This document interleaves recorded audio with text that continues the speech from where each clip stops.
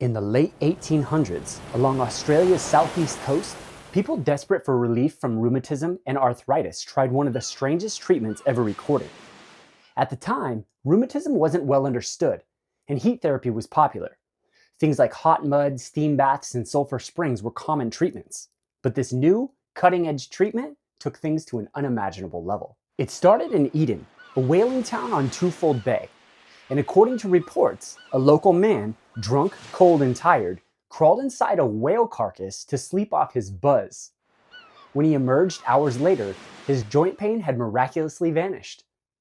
Word of this accidental discovery spread, and soon, rheumatism sufferers were traveling to Eden hoping to repeat his success. Unlike Jonah, these folks weren't swallowed alive. They were there on purpose. Newspapers of the era dubbed it the whale cure, a bizarre folk remedy that mixed colonial folklore, indigenous knowledge, and sheer desperation. The process was just as nasty as it sounds. After a whale was caught and hauled ashore, whalers carved out an opening in its side large enough for a person. Patients would slide into the cavity, nestling among the ribs and blubber, while attendants closed the gaps with planks or canvas, leaving only the head exposed. Inside, the atmosphere was nauseating. Warmth radiated from the thick flesh, while the whale's rotting insides brewed a haze that can knock out a seagull. Some sources claimed patients remained inside for 20 to 30 hours, though most probably lasted far less before fleeing the smell or fainting from the heat. Why did anyone believe this would work?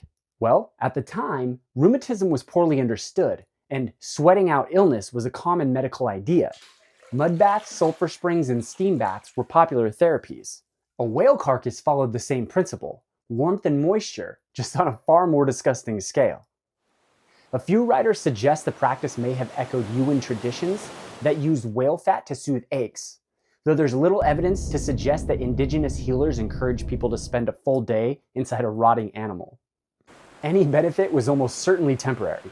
Heat can loosen stiff joints and improve circulation, and a placebo boost may have convinced patients they felt better. But the risks outweigh any comfort. Decomposing whales release ammonia, hydrogen sulfide, and other toxic gases. Infection, suffocation, or even an explosion of trapped gases were real dangers. And the stench clung to clothes and skin for days, turning their treatment into an unintended social handicap. What they thought was a cure for arthritis ended up being a cure for having too many friends.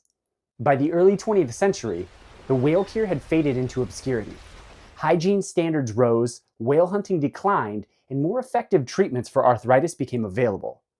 Pain sufferers no longer had to go full Jonah to get some relief.